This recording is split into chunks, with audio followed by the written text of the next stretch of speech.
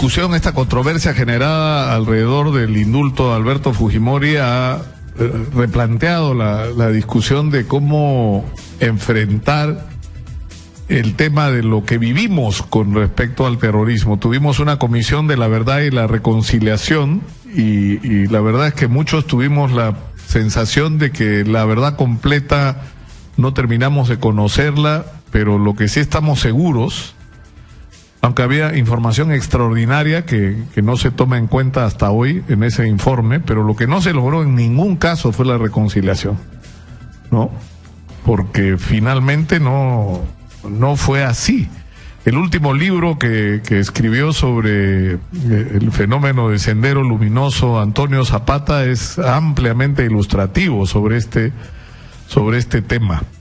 Está con nosotros el día de hoy César Goyola, él es abogado de Víctor Polay Campos, el líder máximo del MRTA, que yo he recordado el otro día la discusión que tuvimos con el abogado de Abimael Guzmán acá, que a diferencia de Abimael Guzmán, Víctor Polay sí pidió perdón y de manera muy explícita ante la Comisión de la Verdad.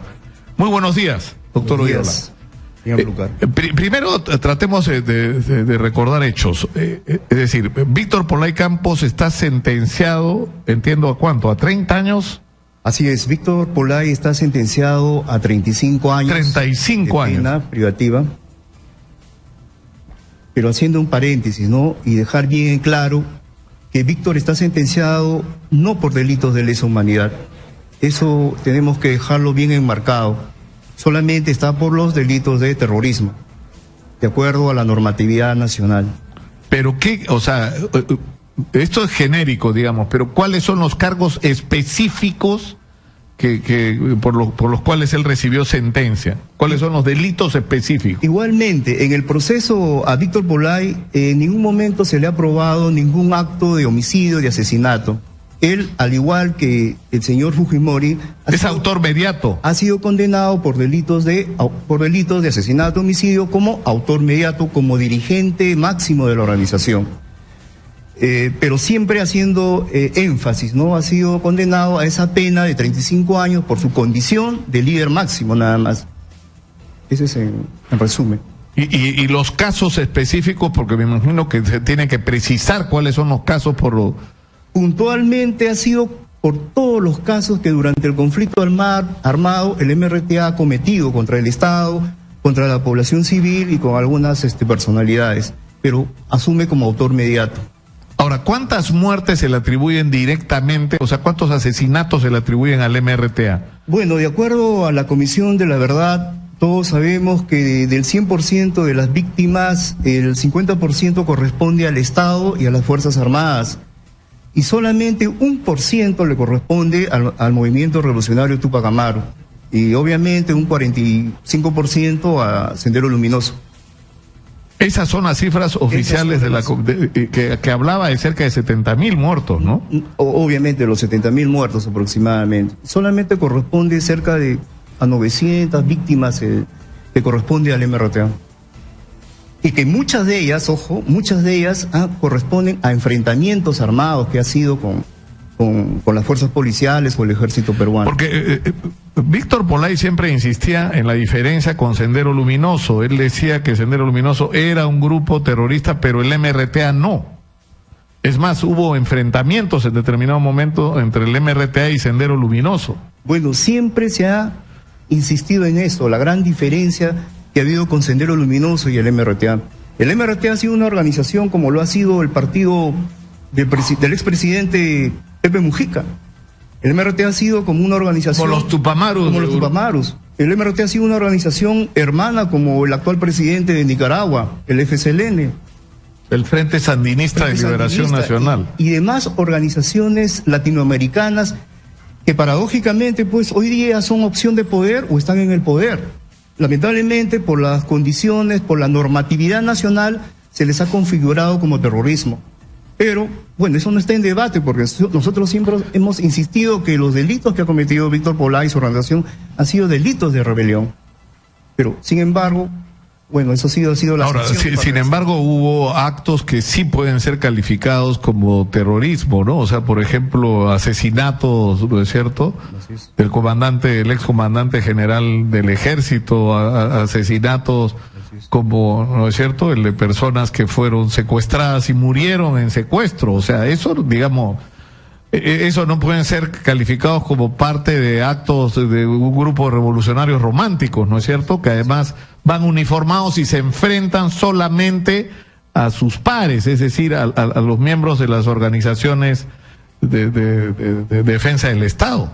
Así es. Así es, yo creo que compartimos contigo, en ningún momento se han negado estos actos criminales, hay que decirlos también, pero que todos los autores de estos secuestros, de estos actos criminales, están hoy en día cumpliendo su condena, o muchos de ellos ya han cumplido su condena. Esa es la gran diferencia, ¿no? Pero déjame decirte, señor Lucar, la Comisión de la Verdad también lo ha dicho, y lo ha dicho también la sentencia del señor Víctor Polay. Si bien es cierto que han cometido actos de terrorismo, si bien es cierto han cometido actos contra los derechos humanos, pero también la Comisión de la Verdad resalta que el MRTA utilizó los convenios de Ginebra, utilizó dentro de la lógica del conflicto armado interno los convenios de Ginebra. Todos hemos visto hace 20, 25 años cómo el MRTA se enfrentaba con todos los atuendos del uniforme militar, con el único objetivo de evitar chocar posiblemente con la población civil. Y eso lo reconoce la Comisión de la Verdad. Incluso tuvo actos de negociación o de pacificación con algunos gobiernos, precisamente con el gobierno de Fujimori y señor Alan García. Que dieron tregua, ¿no? Dieron en 2 oportunidades tregua, pero lamentablemente ninguna administración aquella vez le dio esa oportunidad. Ahora, ¿cuántos años está preso Víctor Polay Campos a este momento? Víctor tiene 27 años preso, con una condena cruel, degradante, total en aislamiento absoluto, ¿no? Víctor Polay, ¿Qué significa eso? 27 años en una celda de cuánto, por cuánto, con qué régimen de visitas.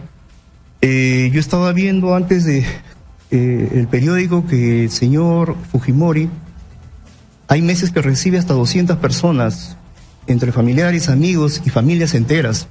El señor Víctor Polay hace 27 años solamente podía ver a su madre, que lamentablemente hace 5 años fue asesinada.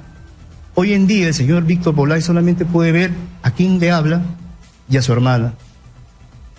Y son las únicas visitas. Otilia se llama su hermana. Otilia Polay son las únicas personas que puede ver, porque lamentablemente... ¿Y cuántas veces a la semana? Una vez a la semana.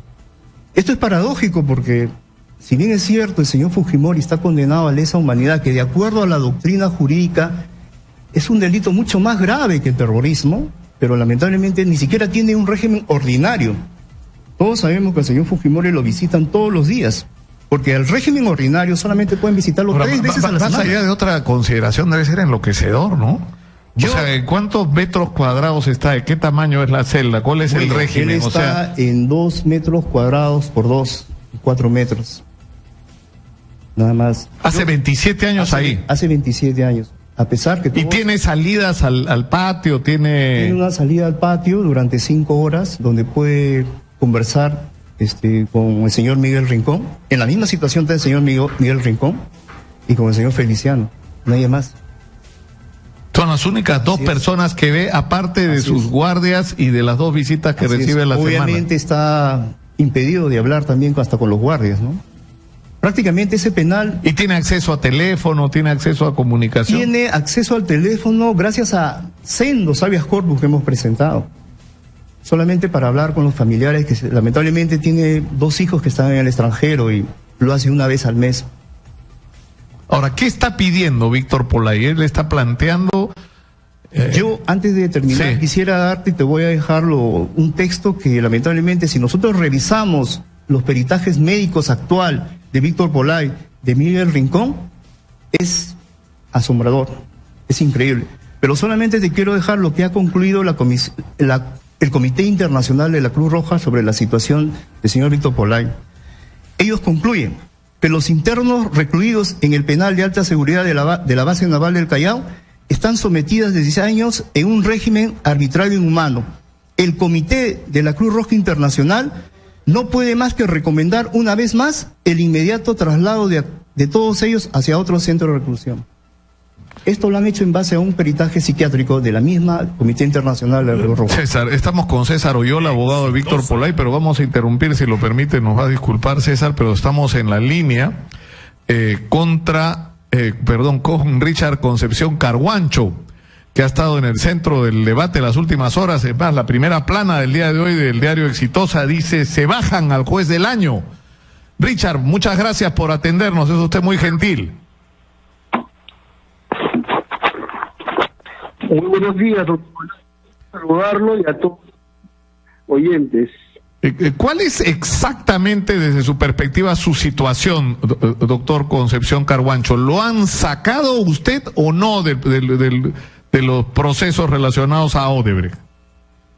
Bueno, está vigente en estos momentos el Estatuto de la Sala Penal Nacional y usted ya tendrá conocimiento de que está intentando sacar a concurso todas las plazas y de que los casos sobre delitos conexos de corrupción de funcionarios con otros delitos distintos a corrupción de funcionarios pasen al Sistema Nacional Anticorrupción, y que también casos de lavado de activos cuyos delitos fuentes de corrupción de funcionarios pasen al Sistema Nacional Anticorrupción.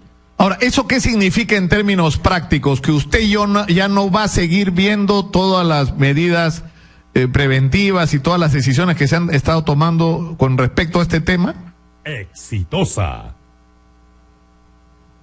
Uy, ¿qué pasó? Creo que hemos perdido la conexión. Vamos a tratar de retomar la comunicación. He recibido acá una información de último minuto donde dicen que rechazan la apelación de prisión preventiva de los socios de Odebrecht. La Sala Penal de Apelaciones revisó la sentencia de prisión preventiva que impuso el juez Concepción Carguancho y reconfirmó la prisión preventiva de 18 meses para Hernando Graña Acuña. La sala verá además la situación de los otros ejecutivos. O sea, se está ratificando las decisiones tomadas con respecto a este tema por el juez Richard Concepción Carguancho, con el cual precisamente estamos en línea. Retomamos la comunicación. Lo que le preguntaba, doctor Richard Concepción Carguancho, es ¿cuál va a ser su relación con el proceso Lavajato y en particular con los casos de Odebrecht directamente suyos? O sea, ¿cuál va a ser su papel de aquí para adelante? Muy bien, sobre este tema quiero ser enfático. Considero yo que el tema de la competencia de los jueces es un tema jurisdiccional y no es un tema administrativo. Y el tema de la competencia de los jueces se va a ir viendo en cada caso concreto. Ahora, pero no se siente usted excluido, o sea, no es que usted siente que lo están apartando de este proceso. Bueno, la resolución administrativa del Poder Judicial está disponiendo de que todas estas plazas salgan a concurso. ¿Y eso qué significa? ¿Que usted va a tener también que participar en este concurso? Si fuera el caso. Bueno, eso si fuera el caso, eso lo voy a meditar todavía, pero quisiera que se entienda de que todos los magistrados de la Penal Nacional no somos magistrados provisionales, no somos magistrados suplentes, no somos magistrados supernumerarios. Todos nosotros somos jueces titulares que hemos sido nombrados por el Consejo Nacional de la Magistratura y que hemos rendido exámenes de conocimiento, entrevista personal y calificación curricular para acceder al cargo. E incluso hemos dado el mismo examen que dan todos los magistrados a nivel nacional.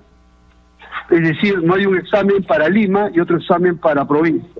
Todos rendimos el mismo examen. Ahora, yo he estado conversando hace unos minutos con la doctora Susana Castañeda, presidenta de la Sala Anticorrupción y coordinadora precisamente de estos temas, y lo que yo le llamaba la atención era el hecho de que usted no solamente ha ganado imagen personal, como algunos podrían pensar, por las decisiones firmes y duras que ha tomado, a las que los peruanos lamentablemente no hemos estado acostumbrados, ¿no? Porque nos hemos acostumbrado más bien a la impunidad. Pero lo que nos dice la doctora Susana Castañeda es que este es el compromiso de todos los jueces que están involucrados en la justicia anticorrupción en este momento. ¿Usted confía en eso? Yo sí confío en mi institución. Yo confío en el Poder Judicial y en que tenemos magistrados preparados académicamente, probos y que están a la altura de todo caso que se les pueda presentar. Ahora, ¿cuál es? Sea en Lima y provincia. ¿Y cuál va a ser su papel? Es decir, ¿qué es lo que continúa en la carrera judicial de Richard Concepción Carguancho? ¿Qué es lo que viene? Bueno, por lo pronto estoy en la Sala Penal Nacional, hasta en tanto entiendo se va a dar el concurso que va a convocarse para el Consejo Nacional de Magistratura. Por lo pronto yo soy juez titular en el Distrito Judicial del Santa. En el Distrito del Santa. O sea que usted tendría que regresar para allá, digamos. Exactamente. ¿Y eso cuándo va a ocurrir, Richard? No, por lo pronto el mismo presidente nos ha renovado la confianza, por lo pronto, a mi persona, y entiendo también que también es extensivo a todos los miembros de la Sala Penal Nacional.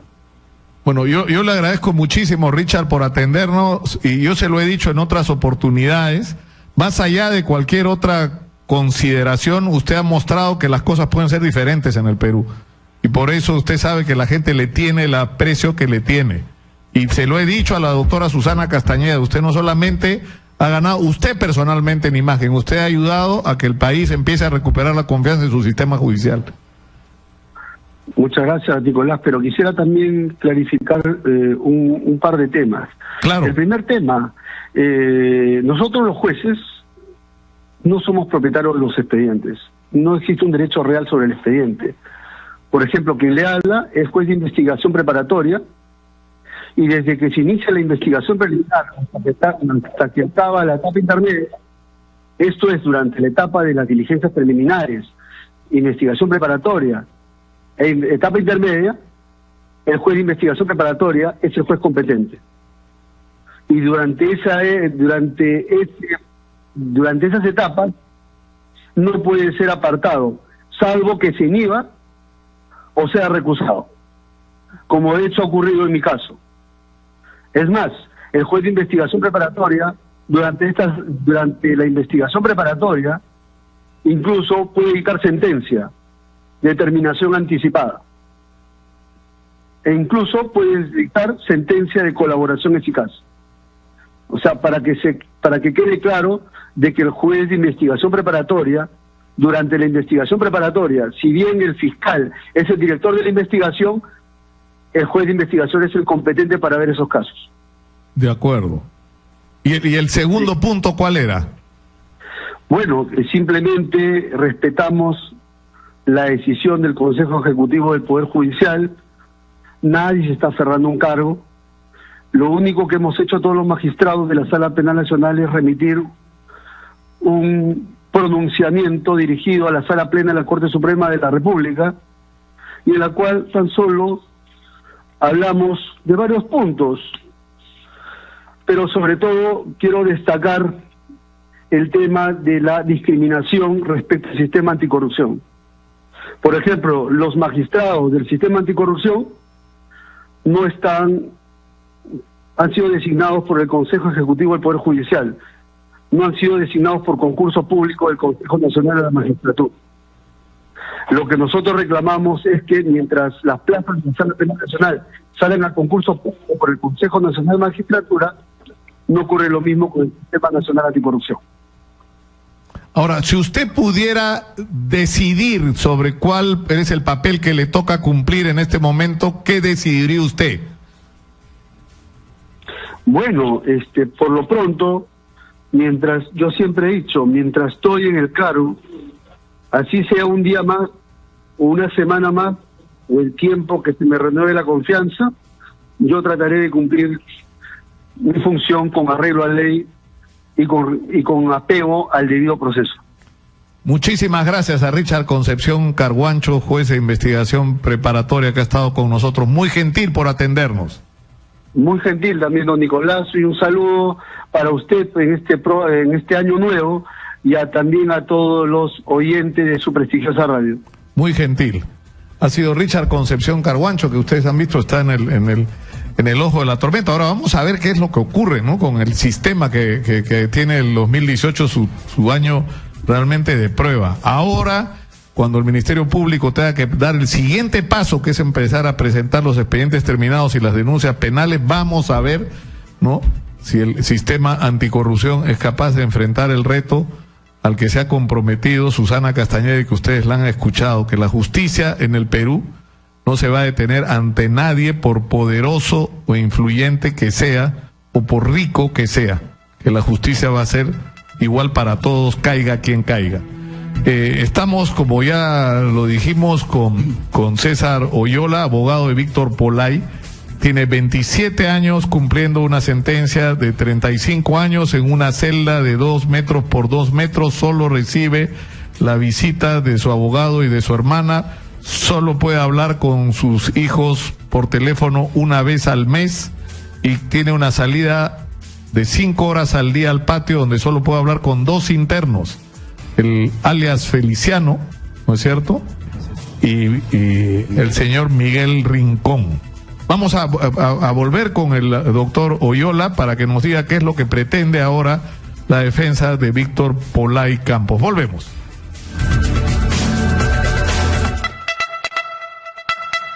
Otro César Oyola, abogado de Víctor Polay, hemos estado conversando con él. Tuvimos que interrumpir la conversación por una conexión telefónica con Richard Concepción Carguancho.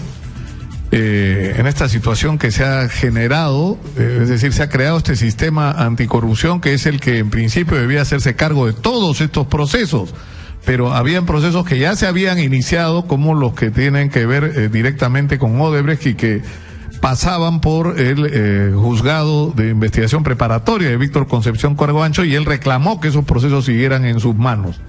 Sin embargo, esto ya, es decir, está llegando a la situación límite, y lo que se entiende es que todos los procesos pasarán a la justicia anticorrupción. Ya ha estado acá la doctora Susana Castañeda haciendo explícito el compromiso del sistema anticorrupción de ser implacable con lo que tengan que resolver, y eso lo vamos a ver todos los peruanos, vamos a estar mirando.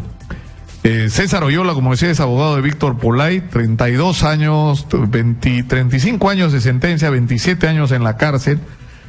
Y él, ¿qué está reclamando en este momento? En primer lugar, el cambio de su condición carcelaria, digamos.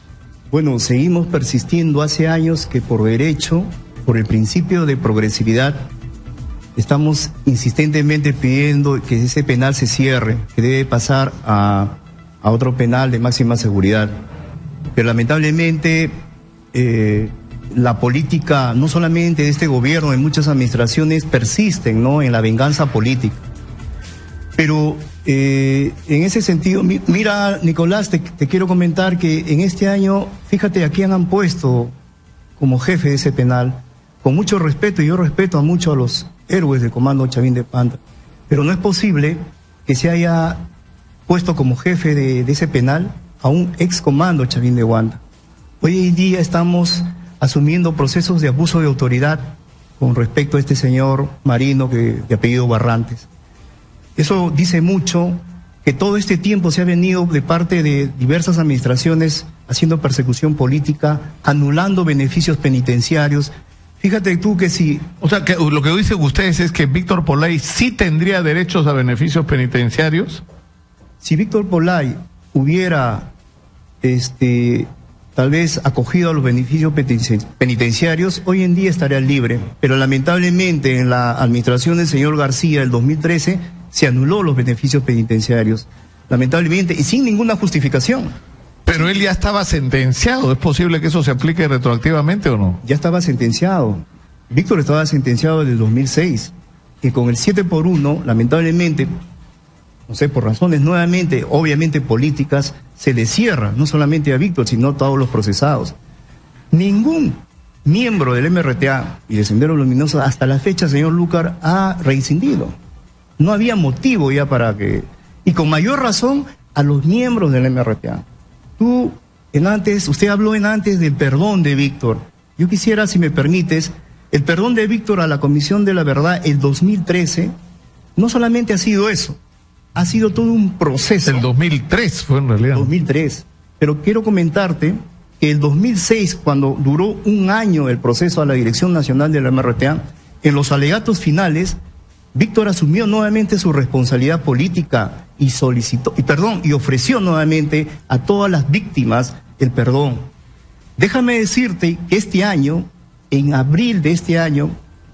marzo de este año, lamentablemente los medios de comunicación no le han dado la debida importancia, pero yo creo que durante este proceso va a llegar un momento que sí se le va a dar importancia a la importancia del perdón. Hoy, como lo están haciendo en Colombia, que se está haciendo todo el esfuerzo para esta unidad entre las FARC y el Estado colombiano. El 4 de marzo en Tarapoto, decenas de militantes, de ex militantes del MRTA, hicieron públicamente una presentación juntamente con la hermana de Víctor. Eso está en los medios y ofrecieron perdón. Tarapoto, todos sabemos, fue el uno lugar de los centros de actividad del MRTA, más sí, emblemáticos del MRTA. Posteriormente, 2 meses después, el 3 de mayo, en el Hotel de Bolívar y públicamente en algunos medios de comunicación, es un hecho inédito, me parece, centenares de exmiembros del MRTA firman un comunicado pidiendo 2 cosas, nuevamente, ofreciendo el perdón a todas aquellas víctimas que hayan sido por el actuar del MRTA. Y 2, y enfatizan que el MRTA ya no existe, porque nuevamente la clase política, diferentes administraciones de gobierno, siempre han estado actuando con ese miedo, con ese cucu, que cuidado que viene el terrorismo. Estos actos han sido nuevamente repetitivos. Estamos en la Avenida del Papa. Los exmiembros del MRTA están solicitando la intervención del Papa. Y eso lo han hecho el 1 de diciembre, aun cuando esta coyuntura todavía no se abría. Están pidiendo que interceda por una reconciliación de verdad. Si tú me permites, ¿qué es lo que plantea Víctor? Porque lamentablemente su aislamiento no le ha permitido. Víctor nunca ha pedido una amnistía, nunca ha pedido un indulto. Pero sí ha insistido que esto ya debe darse una salida política. No es posible 27 años de venganza política, mío Lucar. Si hoy día, yo lo acabo de escuchar a uno de los abogados de Fujimori, al señor Sousa, hablando que también es el momento de abrir un debate y que no solamente debe reducirse a esta reconciliación al señor Fujimori. Hoy día estamos viendo en Colombia que los procesos a los de las FARC y a los militares de Colombia, a los que hayan cometido lesa humanidad, solamente van a cumplir 9 años como máximo. Eso que llamamos hoy en día la justicia transicional es el momento que se debe dar ya hoy en el Perú. Ahora, las circunstancias son distintas y Obviamente, el contexto, obviamente. Es decir, cuando uno le pide a la gente del Movadef que dice que no tiene nada que ver con Sendero Luminoso, cuando la creación del Movadef fue una iniciativa de Abimael Guzmán, y uno le pide señales de pedir perdón explícitamente, digamos, la respuesta no es precisamente explícita. Pero lo más grave de todo es que cuando uno les pregunta si renuncian de una manera definitiva a la lucha armada y a la violencia como manera de acceder al poder, la respuesta siempre es evasiva. Entonces, yo creo que lo que la sociedad reclama es que hay un compromiso. Es decir, porque yo en algún momento daba el ejemplo de que la democracia es una combinación de mano extendida y el puño cerrado. O sea, el puño cerrado para todos aquellos que quieran acabar con un sistema que permite la tolerancia, la pluralidad, la libertad de expresión, el respeto, ¿no?, a la voluntad de la mayoría y la consideración y el espacio para las minorías. Es decir, todo este sistema que hace y le da sentido a la democracia tiene que ser muy duro con aquellos que la quieren destruir, pero tiene que ser capaz también de extender la mano con aquellos que erraron el camino y que están dispuestos, ¿no es cierto?, a reincorporarse a la sociedad, ¿no? Entonces yo creo que no terminamos de resolver ese problema y lamentablemente la Comisión de la Verdad y la Reconciliación nos ayudó a conocer, como ya dije, bastante de la verdad, no toda, lamentablemente, pero no nos sirvió para reconciliarnos, y si no, no estaríamos en la situación ahora. Yo le agradezco muchísimo al doctor Otoya por estar con nosotros, abogado de Víctor Polay. Y esta discusión a la que le damos cuerda y siempre la postergamos va a ser inevitable. Inevitable sobre todo, y yo quiero que piensen en esto, porque hay un sector muy importante, nada despreciable de jóvenes, que hoy se ven tentados a lo mismo, este hartazgo que producen algunos chicos, el que no solo el que hay una corrupción indignante, sino que no están funcionando las cosas. Que somos un país que crece, pero donde la educación da vergüenza, la salud pública es una desgracia, la infraestructura, simplemente estamos décadas atrás de nuestros países vecinos, donde no tenemos nada de lo que deberíamos tener, y donde con suerte al pobre le chorrea, y que se ha gobernado finalmente este crecimiento para favorecer a una minoría. Eso es algo que tiene que cambiar, y alguna gente interpreta esto, y los jóvenes, de que esto tiene que cambiarse violentamente, y tenemos que explicarle a estos jóvenes de que ese no es el camino, y quién más nos puede ayudar a quienes en algún momento lo tomaron y hoy saben que no funciona. Entonces hay que cambiar el chip. Yo sé que es difícil, hay que cambiar el chip. Muchas gracias, Solamente Otoya. para reiterarle, señor Lucar, que nuevamente tenemos un momento de mucha esperanza, que esta reconciliación no solamente sea sectorial, que sea amplia. Ya la Comisión de la Verdad lo ha dicho, es mandato del Estado peruano contribuir a la reconciliación nacional, pero para todos. Esa es la voluntad del señor Polay también de contribuir, y lo ha contribuido desde ya, solicitando perdón desde hace muchos años. Muchas gracias. No, muchas gracias por estar con nosotros.